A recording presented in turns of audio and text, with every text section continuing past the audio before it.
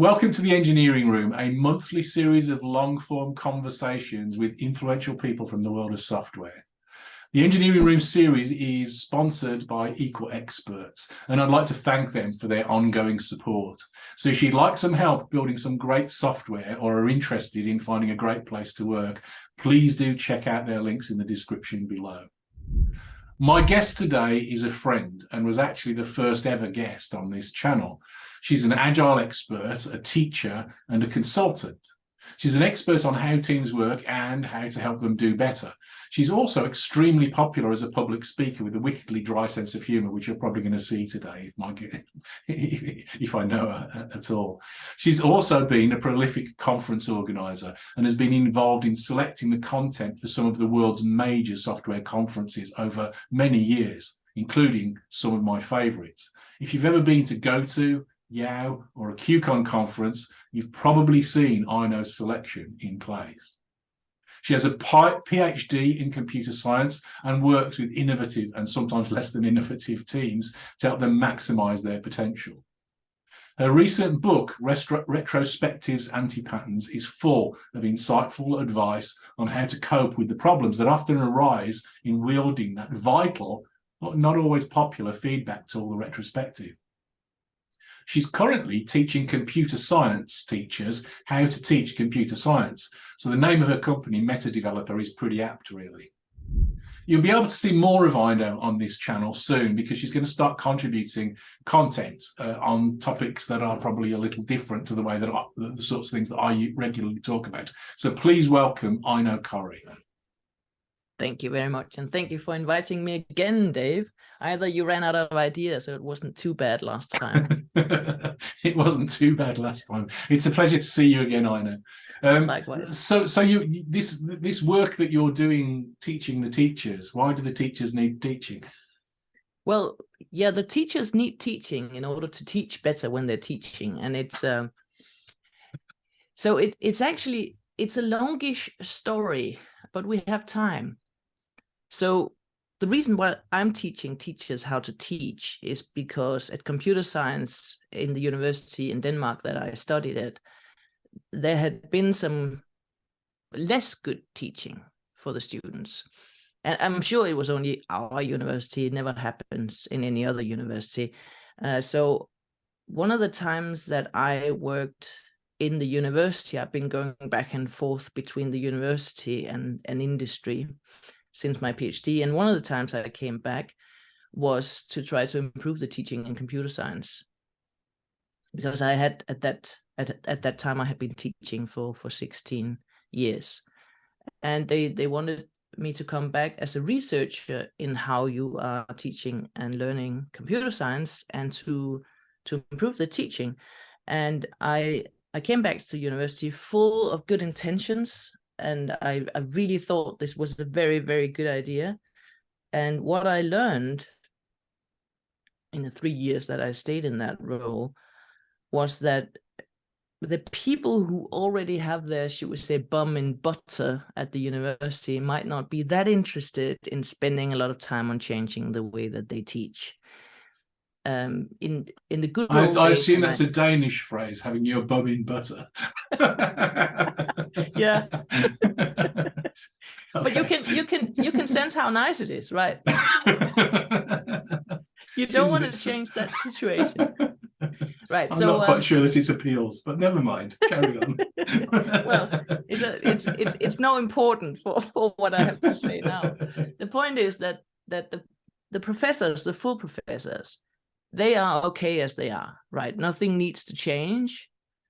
Everything's perfect. That's sort of what you want when you start an academic career. And the associate professors, they were on the last stage before the full professorship, so they were very focused on making better research, getting more references, so that they could become professors. The assistant professors were just starting that journey, and they were also very much focused on getting more references on their research and getting into a right research group. The assistant professors knew that in some of the universities in the world, people had started looking at also your teaching portfolio when they hired people for associate professorships, but probably not for full professorships. But the postdocs, the people who were just out of the PhD and who needed to start teaching, they were interested. And the PhDs that just needed to start teaching as part of their PhD, which is what you do in Denmark, when you're employed as a PhD student, you have to teach. They were very interested in learning how to teach because they were so afraid of teaching. So what happened was that I tried for 3 years to teach all these different groups. And it turned out that it was actually mostly the PhDs and the postdocs that were actually interested in changing anything. The others might be academically interested in hearing about how the brain works, but they were the only ones that I could really change.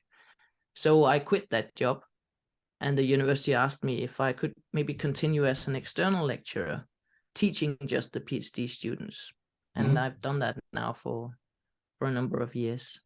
So that's why I teach the teachers. So I teach the new teachers how to teach computer science. So two times a year, I get a bunch of students, and in the beginning, they're all like this. They're like, we don't want to hear about this. This is terrible. It's like, oh, it's got nothing to do with computer science. We just want some hard science. And then almost all of them after the course say that they're actually pretty happy that they took that course, because now they feel much less scared about teaching. Is this focused only on teaching computer science or technical subjects more generally? Yes, it is.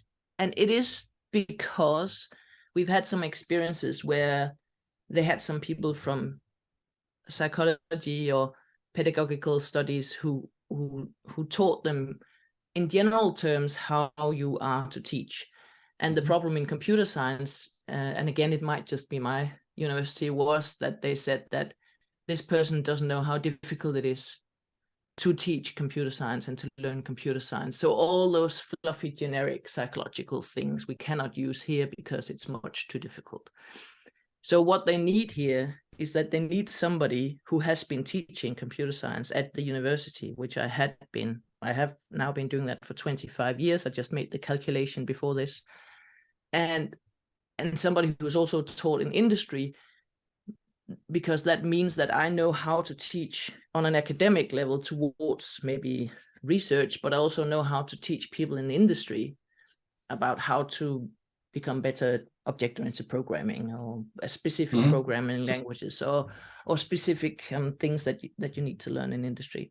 So when we are focusing this on computer science, it makes them respect it a bit more from the get-go, even though 90% of what I'm saying is completely generic for teaching. And it seems to me, I suppose, in the past, as a consumer of the output of universities to some degree, hiring junior people out of university and so on, that there's a big gap between the kinds of skills that people leave university with and the kind of skills that they're going to need in order to become a professional software developer of some kind. Would you agree with you? I can see you nodding, so you would agree with that. I would definitely agree with that, but there are so many moving parts in this challenge, if you'd say. So that, like this, if you look at a university degree in computer science, historically, it has been focused towards an academic career. It's like everything you're being taught is taking you a little step further to becoming a professor in computer science. And that is because that has been sort of the utmost goal for the people who are teaching. And when the people who are teaching are thinking this is the best thing to do, obviously this is what they're trying to teach the students, because the people who are, can we say, prolific in industry are normally not the one who are teaching at university. The ones teaching at university are the ones who really beeline towards that academic career. Yeah. So there's been a big mismatch. And also in my research in teaching in computer science, there's also the other thing that the people who are deciding what you should be taught, like all the different courses, they have either never been in industry or it's been a very long time since they've been in industry. So when they put the program together, like the whole holistic program together, it's also focused towards an academic degree and not industry. And I suppose that's a matter of both. Students are doing, at least. Yeah. Sorry, I spoke over you. Yeah. Please go ahead. No, go ahead. I was going to say, I suppose. No, I've forgotten. Please say it. I suppose that means that there's two aspects to that. One, those people don't have the experience, but also it's kind of the stuff that's easier to score to some degree if you can kind of think in those sorts of terms and the sorts of things that, you know, the more fuzzy problem solving, I suppose, in the way that I would think about it in industry. That's a very good point. So, oh God, I've got so much I want to say about this. Cool, go. So what you are touching upon here is what's called learning goals or learning objectives. Yeah. And when I was a student at computer science, we didn't talk about learning goals and learning objectives. We talked about how much you needed to understand. Mm-hmm. And if you want to evaluate how much people understand, the way to do it is to make them say something, to explain something, and then you will evaluate to what level, to what degree they understand it. Or you make them, as you say, you make but you make a test, a written test where they have to solve some specific problems, and academic problems are much easier to describe than real life problems, in a sense. They're much easier to describe and they're much easier to evaluate. Yeah. So one of the things that I learned when I stepped into this research about learning and teaching was that all the different examinations that I'd done before, both oral and written examinations, I tried to think about how much they understood. I tried to ask questions to see how much they understood. I tried to evaluate what they said to see how much they understood. And in a sense, a lot of the oral examinations that I examined, both as an examiner and a censor, it was more like an IQ test than it was actually figuring out how much they got out of the course. So if you think about learning goals, it's much more practical. It's much more concrete.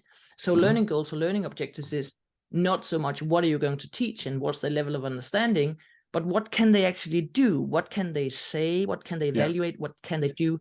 All these things. Yeah. So measuring what they can actually do at the end of the learning is going to move us forward in that way. You were talking about computer science and the route through that being somewhat dominated by academic thinking. Inevitably, I suppose that's a generally structural problem in universities to some degree. If you think of those as the vocational component of university education, which is not all it's. I recognise it's not all that it's about, of course, and so. But I was wondering whether you know or think that that's applicable to other related styles of degree. So one of the things that I've been talking about with people is, software engineering degrees as well, because my book's starting to be used in some universities as part of the curriculum to talk about ideas. And so I'm kind of interested in that sort of topic too. Do you think this is more generally true of technical education than only computer science? I think it is generally true about that, and I don't know if it is if my theory is correct here, but I think that the sort of one of the challenges is that we are using a very academic education to do something which is very practical. There's been a lot of discussion about whether computer science is actually science and whether it's really engineering. But and there's sort of this weird mismatch between thinking about it as an academic thing, where you're thinking about like optimizing time complexity and better algorithms, and then just the problem solving that you go and do day to day, which is a bit more of a concrete, practical way of doing it. It's as if we're taking people to university and then we expect them to be able to paint buildings when they come out. Yes. And it doesn't work that way. Some of the students that are studying computer science and engineering come out and are really good at what they should do, but that is not something they've learned in university. That's something they've done on their own. Either they've had a student job or they've just been genuinely interested in it and had some things they did on their own. So like, for instance, when I was studying, I was working as a student counselor, not as a program. I was working as a student counselor. So I like to get into the rules of the university and help the students get better. In the weekends and the summer vacations, I would work in an old people's home, which also didn't help me much with the debugging skills. And then I got my first daughter already in the third year, and that meant that I only had time for her and the studies and the job that I needed to still have because I needed the money. So I didn't come out of university being a very good programmer. I knew how to do it and I could do it, but there were some things that I had to learn when I came out. And when I talk to the students at university now, so when I say students, it's the one that I'm teaching now, the PhD students or the postdocs. What they are saying is that they get a lot of questions when they're teaching about how is it actually out there? Yeah. Are we really doing it like that? Are we really doing that? And there's very few of the education, very few people in the education, at least in academia, that knows anything about what you're actually doing. Yeah. There are some people there who are teaching agile methodologies who's never worked in an agile methodology. Yeah. Or they've never worked as a programmer, they've never worked in a team as a programmer. And then they just read the books and then they talk about that. And that's very well if you're talking about optimization or algorithms or database management systems. You can probably, or I know you can read a lot of stuff and understand that. But for things like working in teams and the process and talking to stakeholders, in my experience, you can't just read that in the book. Yes. So it's they are yearning for this information, and every little thing I say, even though it's got nothing to do with what I'm teaching, I'm saying, okay, so this is actually the way that we are doing this. This is actually the way that we're doing this, and blah blah blah, and coding standards and committing and using Slack to communicate and things like that. They're like so eager to get this information. Yeah, it seems to me that this kind of falls between the two. The students fall between the two stalls of the industry and academia. On the one hand, you've got the problems that you're talking about in academia of the people doing the teaching not necessarily focused on the things that industry needs for the people that come out, and maybe not experienced to know that they're missing the focus in some cases. But then on the other hand, we've got industry that wants to prefer cookie cutter solutions to hiring people that can bring somebody in with all of the skills and all of the technology, and they're not willing to train them. And that seems like a fairly disastrous way of starting somebody's career off to me. You're going to bring people in and stress them out because they haven't got the right skills and put them into difficult situations. And there seems to be a responsibility gap on both sides of it. To me, I think employers ought to be doing a much, much better job of bringing new people in and helping more junior people begin their careers, and universities ought to be doing a better job of preparing them for that. I wonder, do you think that what we do for a living is a profession or not? Because I think that would change the way that we thought about the training, maybe. Yeah, well, it is a profession, but there are so many different ways of being in this profession.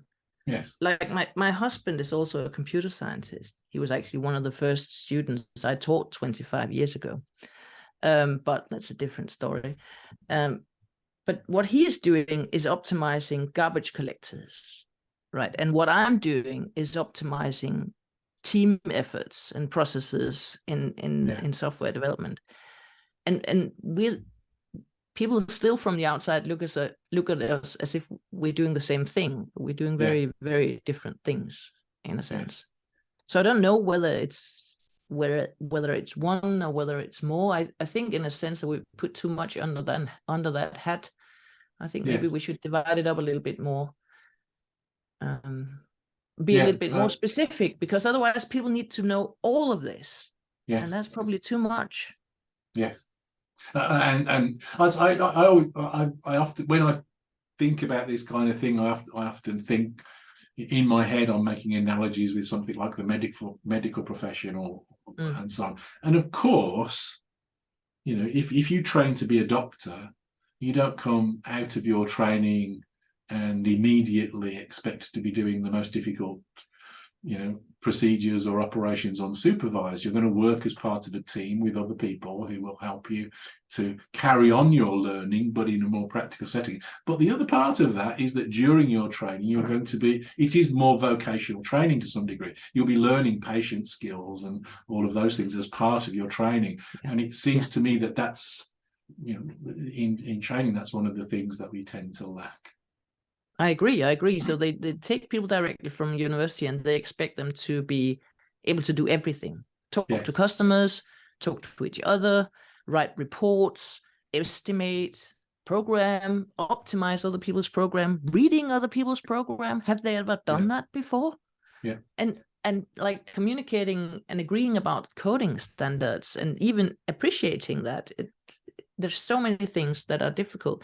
So one of the teachers that we have at computer science where I was is a teacher who actually has been out in the real world, and he's now teaching the software architecture course. And his software architecture course is one of the most popular courses at this university. It's partly because he's a very good teacher, but it's also because he can tell these anecdotes. He can tell these war stories. Yes. He can say, right, okay, so we have these this heartbeat architectural pattern, but actually, you don't need it as much as you think you will, or something like that. That was probably a bad example, because that's probably a good thing to use. But you know what I mean? That he and then of course he went and wrote his own book. Which he's teaching after now, which is a little bit more pragmatic than the normal books about software architecture that people are taught by, and that's a good thing. But should we have a university that only focused on PhDs, research, and academics, and then have another university that focused much more on the practical and pragmatic part? That's the thing that I've been thinking about, and perhaps when I studied, we didn't have a bachelor's degree in Denmark. We would take a master's degree 5 years. That was what we were signing up for, 5 years in university. Yeah. But the master's degree came I think it started in Denmark in the late 90s. And now people are actually finishing with a bachelor's degree. And I think that's a good thing. Now, I don't know how it is in England, because I know the bachelor's degree has been part of that system for a long time. But what I'm hoping will happen in Denmark is that people take them with a bachelor's degree. They have to pay a little bit less than with a master's. And then when they pay a little bit less, they probably also perhaps expect that they need to teach them a little bit more, that they need to have some sort of apprentice work before they go into the guild, so to speak.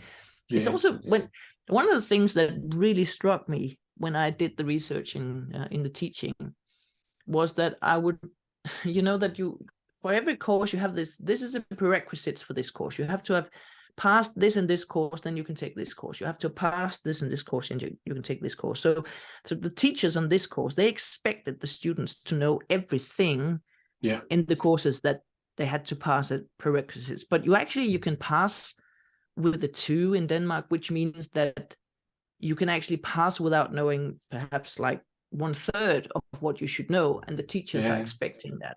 And if you accumulate all that missed knowledge, and you compare somebody who's learned all these things and somebody who only learned parts of these things, those two people have the same degree. I know that they might have different grades, but maybe not even so much. Yeah. And so but they are very different. You can't really tell how good they are when they come out. Yeah, I confess I've always slightly struggled with that mental model of learning, of kind of filling up a jug. You know, I think it's much more like lighting a fire.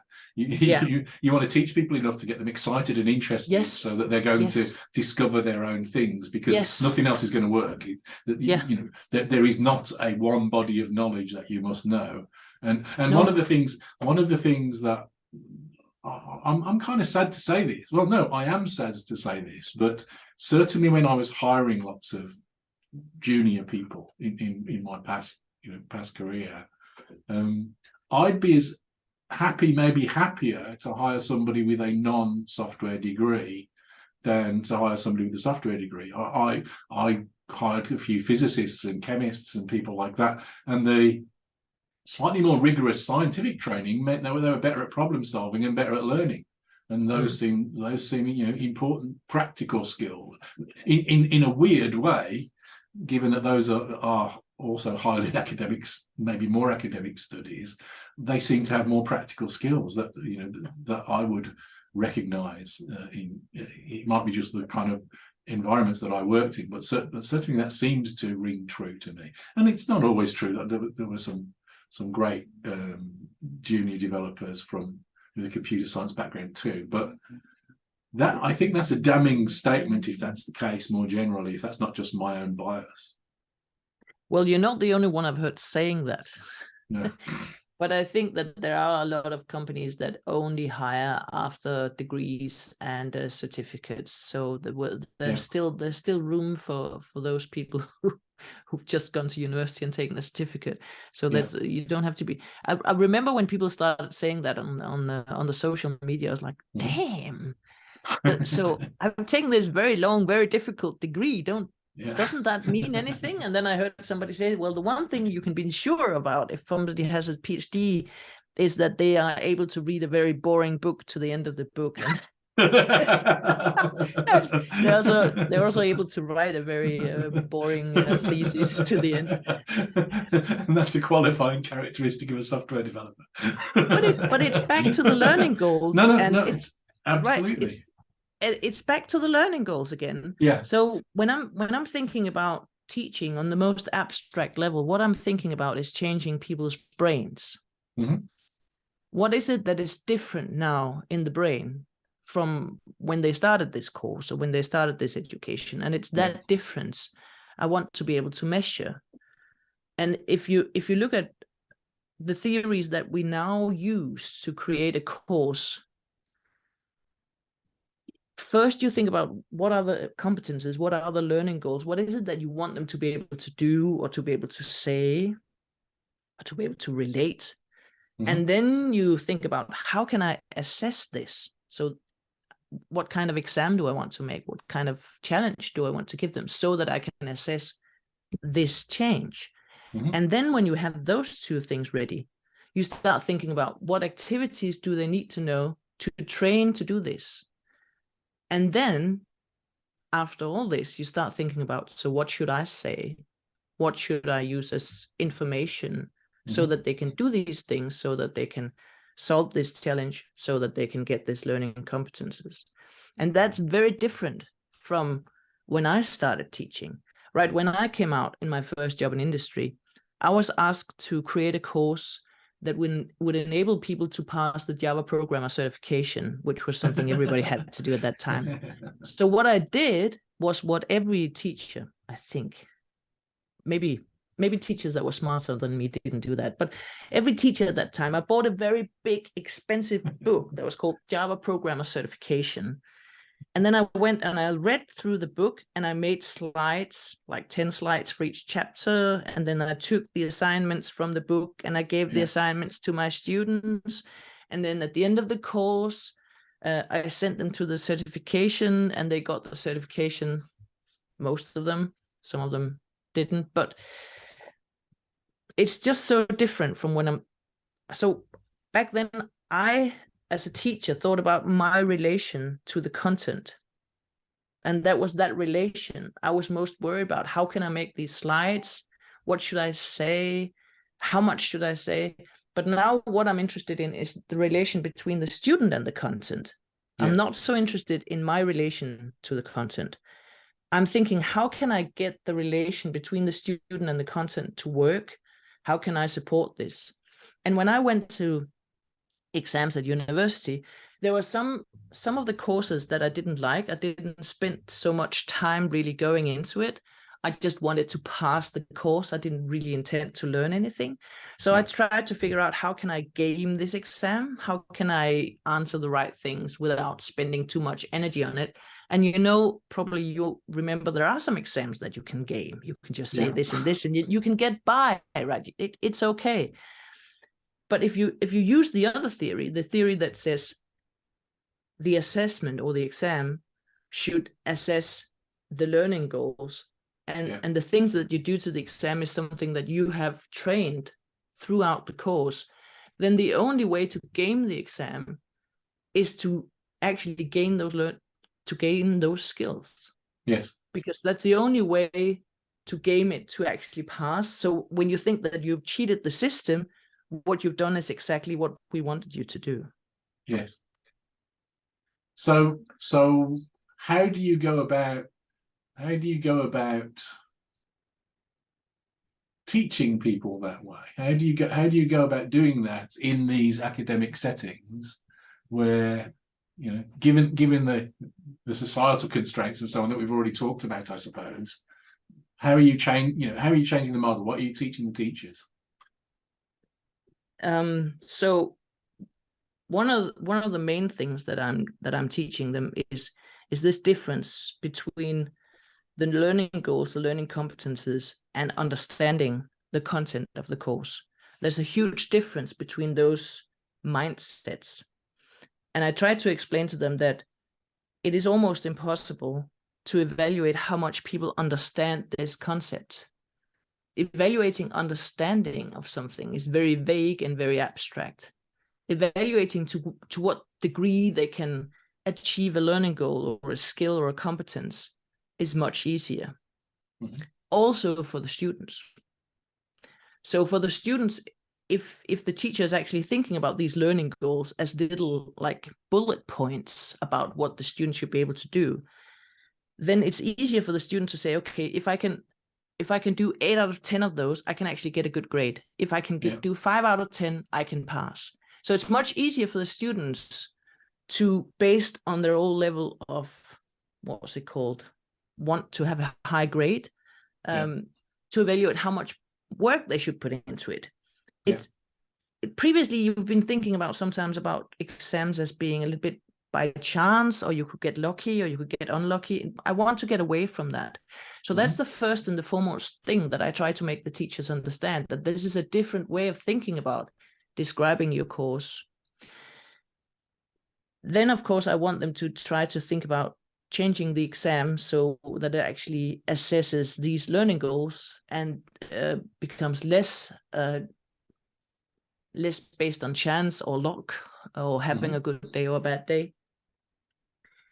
And then and those two first steps seem to go like okay.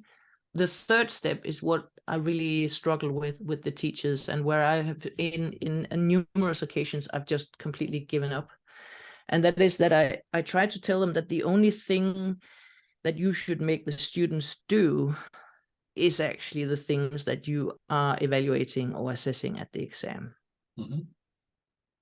And the thing that you tell them should be only things that will either explain to them how this works, how to solve this challenge, or, as you said before, make them curious about learning more. Because one of the things that you sometimes do in a long education is that you're killing people's instinct to learn. You're killing their curiosity. And what is really important for children, of course, as well, but I'm not really thinking about children in this, but that's also important. But what's really important is to teach people that it pays off to be curious, that it pays off to try other things than what the teacher is saying, that it pays off to ask questions and being critical, because we want them to understand that it's not so much about getting a very high grade, but it's about understanding and learning things. And then when that happens, they will probably get a high grade if the course is aligned as it should be aligned with the learning goals.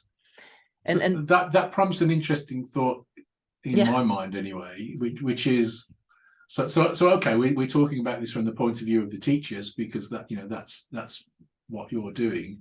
But what about from the point of view of the students? If a student is not going to your university where you're teaching the teachers to be better at it, and they're, you know, in a more traditional, is there anything that people can do to take that learning, you know, into their own hands and do a better job of their own learning? Yeah, well, I think there's enough out there about how to get a better grade without actually working for it. So I'm not going to go into that. And that was also not what you asked me for. So yeah, I think if you as a student want to continue to have this curiosity so that you actually learn how to do these things, you should actually ask the professor to motivate what it is that you're supposed to do in this course. Mm-hmm. If it's compile optimization, please motivate this for me. Because if the teacher can motivate it for you, then they might send you in some directions about, okay, so if you don't optimize this, this will happen. Or if you optimize it a lot, then this will happen. And to try to think about this not as an individual thing, but try to think about it in relation to other things as well. Because that might make it more interesting for you, because once you know the relation to other things, you can go into those relations and see, okay, so I need to understand this in order to be able to understand this, so do that. And that might be interesting. But I have to say that the reason why I'm thinking like that is because I'm very much a global learner, and there's a lot of different aspects of how people like to learn. And so one of the things that you can be is that you can be on the spectrum of either being a global learner, global thinker, or sequential learner or sequential thinker. And there are some tests that you can take, and you can believe in them or not believe in them. I don't really care about that. But so global learners like me find it very interesting to understand the whole picture. So what motivates me to become more curious is to understand how this relates into the bigger picture. If you, on the other hand, are a more sequential learner, then you're more interested in the nitty-gritty details. And then you should ask your professor for the nitty-gritty details. You should ask him not why, you should ask how, right? Like if you have, like when you have a user story, and you want to make it more abstract, you ask why, and if you want to make it more concrete, you ask how. And it's the same in the teaching. People with my kinds of brains, we ask, why do we need to learn this? Why does it relate to this? Why does it work like this? And then other people's brains are like, how does it work like this? But how does it work like this? But how do you do that? Why does that optimize? Where does that number come from, right? So I think it really depends on what kind of brain you have. And then you can go in one of those two directions. Cool. Interesting. So if we, what do you think ought to be, you know, if you could wave your magic wand and you could solve the problems that we've been talking about in this kind of technical education, what changes would you make across the board? You know, not just in universities but elsewhere. What students, teachers, organizations, employers, universities, whatever, what would you change? And I only get one wish. You can have as many as you like. Okay, great. I've got 3. One wish. I really wish that when teachers are making examples, when they are using examples or analogies, that they are thinking out of the box, so that when a male teacher is giving examples about drinking beer or playing football, maybe he can think about if there are people in the audience who might not relate to that, and then think about some other examples as well, because one of the things that really makes teaching interesting and really makes you understand things is if you can like compare it or relate it to something that you already have in your brain, which is why the beer examples or the football examples works very well with people who are interested in that. But people who are not interested in football and beer do not have a part of their brain dedicated to that. So all the examples that are supposed to glue the new information to that are not working, so they're falling out of the head again. That's a longer just story. to interrupt you for a minute, are you saying that football and beer aren't innate? Gosh, I'm sorry. I'm stunned. I should have warned you. Yeah, so I really wish that people would think about analogies and examples that were maybe interesting for more people in the room. Because examples and analogies are a brilliant way of making people listen and making people understand. But that's something for a different conversation later, how to make things stick in your brain. Sure. So that was one thing that I want. A second thing that I want is I really would like all teachers to think about those learning goals or competence goals instead of just thinking about what the students should understand. Yeah. Because it really doesn't make any sense, right? It's difficult to assess, it's difficult to live up to. And the third thing I really want all teachers and presenters to think about is the cognitive load theory. So cognitive load theory, it has become a little bit more famous now with the team topologies where they're talking about it. So I think I can mention it without a deep explanation. So the simple explanation with the cognitive load theory is that, of course, if you're saying a little bit to people at the beginning of a presentation, they only understand a little bit. The more you say, the more you understand. But there is a sweet spot. And when you reach that sweet spot, when you've said so much in a lecture or a talk, then actually the knowledge or the understanding doesn't just stay, it actually goes down. So it actually deteriorates what you have already understood. Yeah. So one of the things that I really struggle with the lecturers is don't put so much information into your lecture. They're trying to optimize how much they can put into the lecture.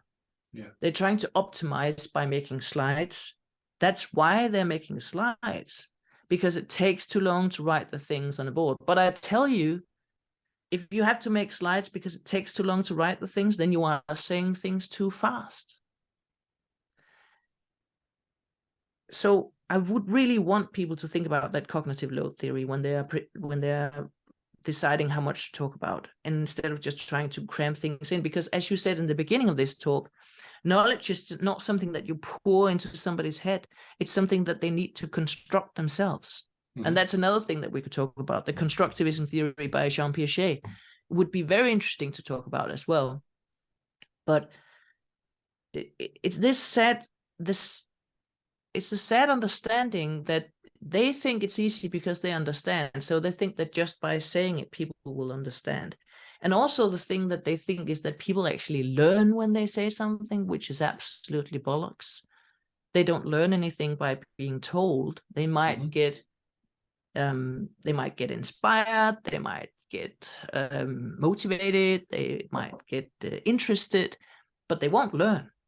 They only learn if they do something about the knowledge themselves. Sometimes it's enough to talk about the knowledge to do something about it, but they have to do something about the knowledge. Otherwise, it just disappears. So those are the three things. Cool, thank you. So that's I do. All of those ideas seem important to me as well.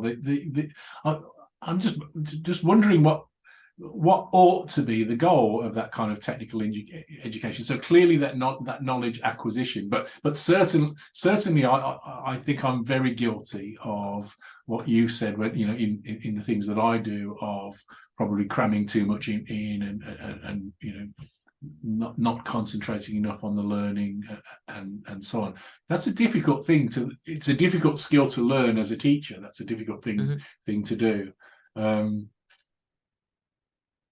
I keep coming back to, you know, if your teacher's not doing that, what things do students do to learn that? Because that seems, I like the idea of I got the name for this from you, the idea of the soup exercise. Like, first fix the things that are in your sphere to fix, then try and influence the things that are outside, and don't worry too much about the stuff that you can't affect.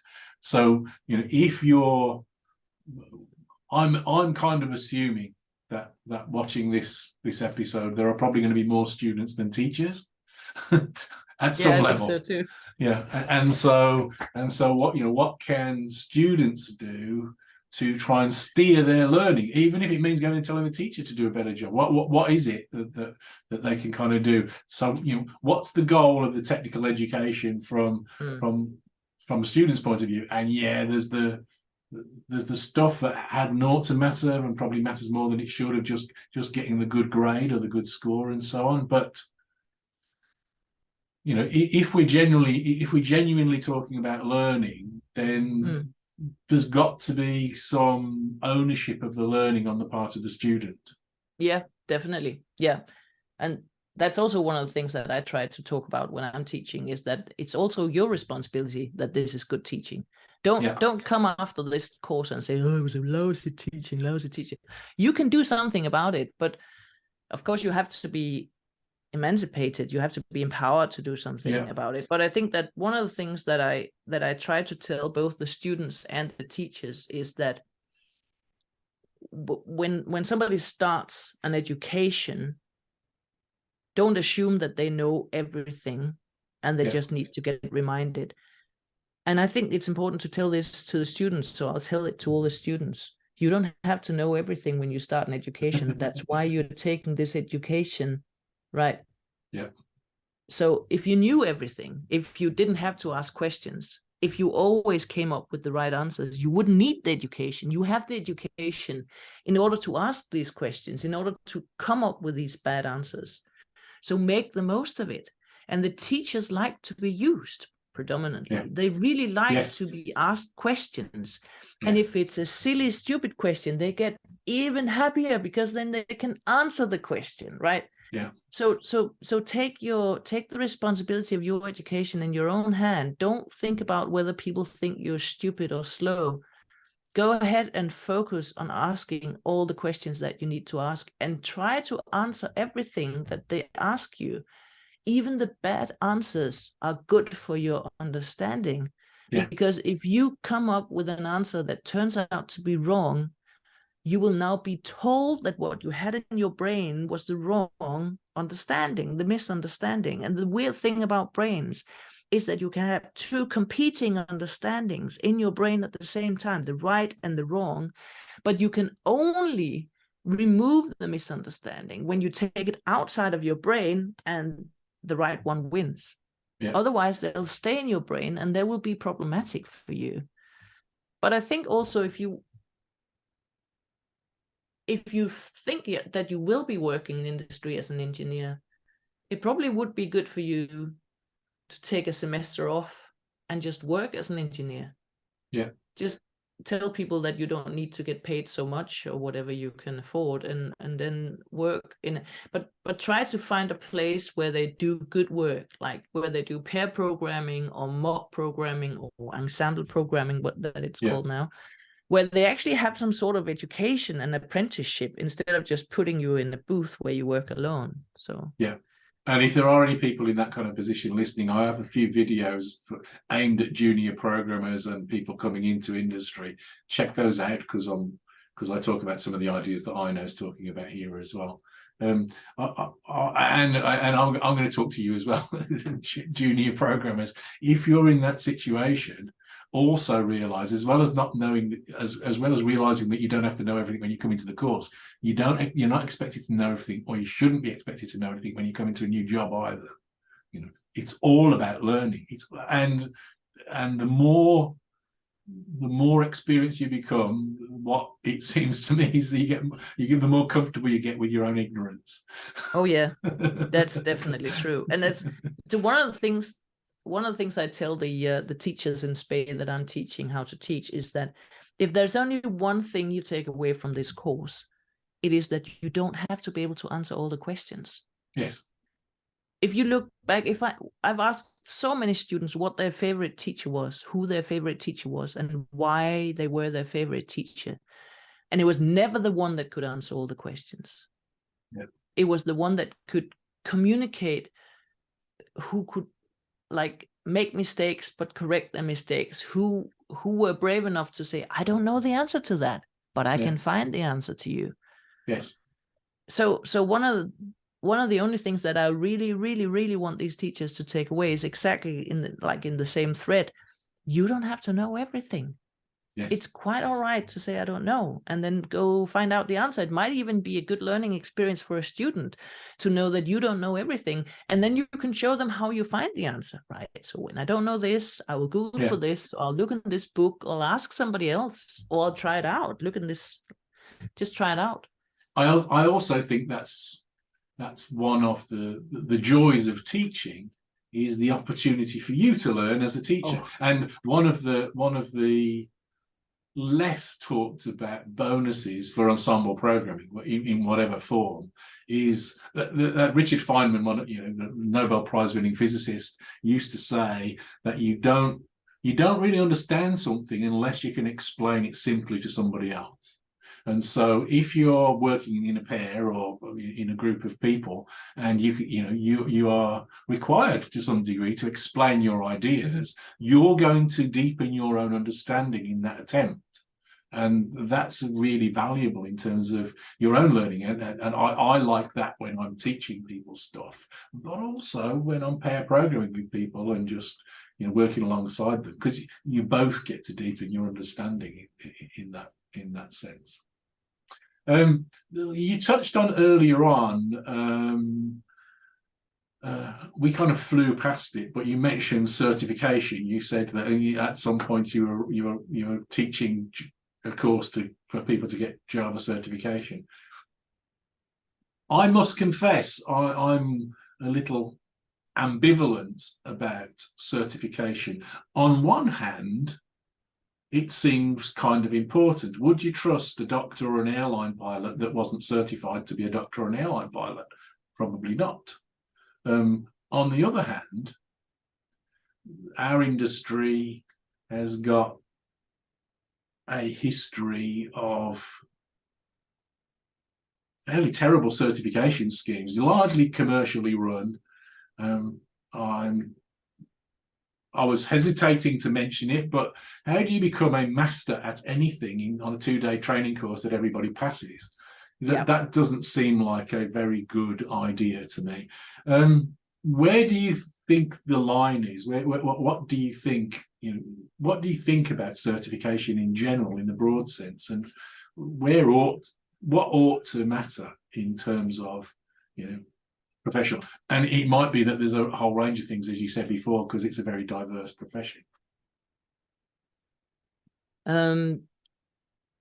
I would value experience more than certifications, but it is just so much easier to look at the number of certifications than to evaluate the experience.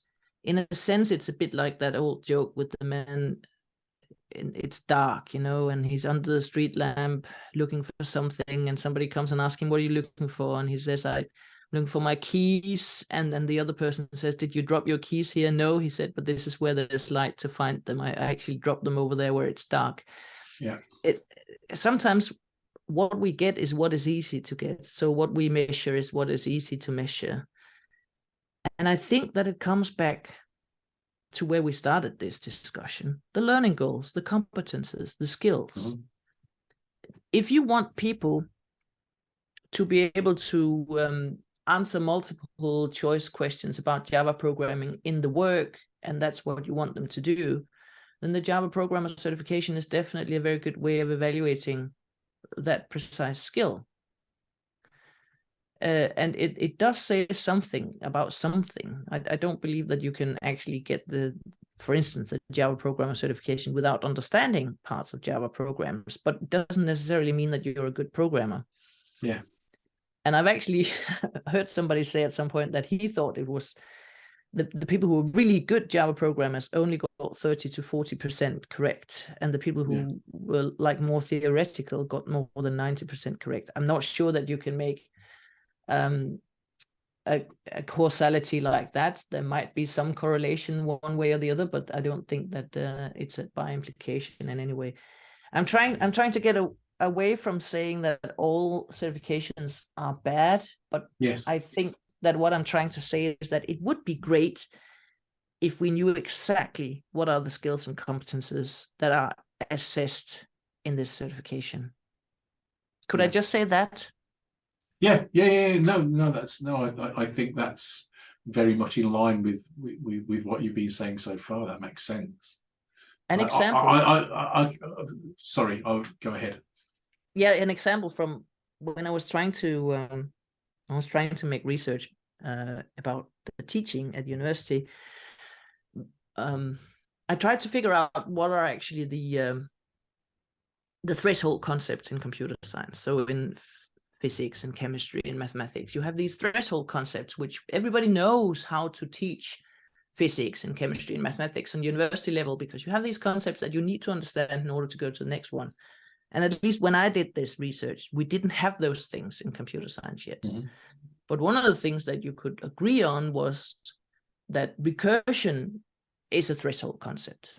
Mm-hmm. It's quite difficult to understand recursion and to be able to implement recursion, but once you understand it and you can implement it, it's a skill that you can use to do other things with, right? You can go further up. So there was one of the courses at university that taught recursion, and then there were some other courses that expected you to understand recursion and be able to use recursion. So I made some evaluations as to what degree the students could explain recursion, could find errors in recursion, and could implement recursion. And right after the course where they'd learned about it, there was a high percentage of the students who could solve these things correctly, maybe 70, 60, 70%. And then I gave them the same test, 2 years later. Mm-hmm. And the understanding or the practical skills about recursion had evaporated. Yeah. So only about 30% of the students could solve these exercises now, because they hadn't been using that skill over the years. It has sort of just been ticked off. And that makes me think, so even if we have a long master's degree of 5 years of studies and good grades and everything like this, how much can we actually expect them to know when they come out? And it comes back to what you said previously about the fact that the industry needs to take responsibility for actually teaching these people or reteaching these people or putting them into an apprenticeship so that they learn to actually do what they should do. Yes. Yeah, it's it surprises me because certainly places that I've worked, we've taken that. A few places that I've worked, we've taken that fairly seriously, and you can grow. I talk to people all of the time and say, yes, but what about an organization with junior programmers in it who don't know anything yet? Well, teach the juniors, teach them to be better, to be better. And it doesn't take very long to get from junior to a competent, good early stage programmer who you can kind of trust to do work with some supervision, some help, some support, rather like a junior doctor or something like that. But with some supervision. I guess there's a problem in terms of the number of more experienced people versus the number of less experienced people in our industry. Bob Martin, I think, says that the average tenure in software development is 5 years, and so always, on average, most people have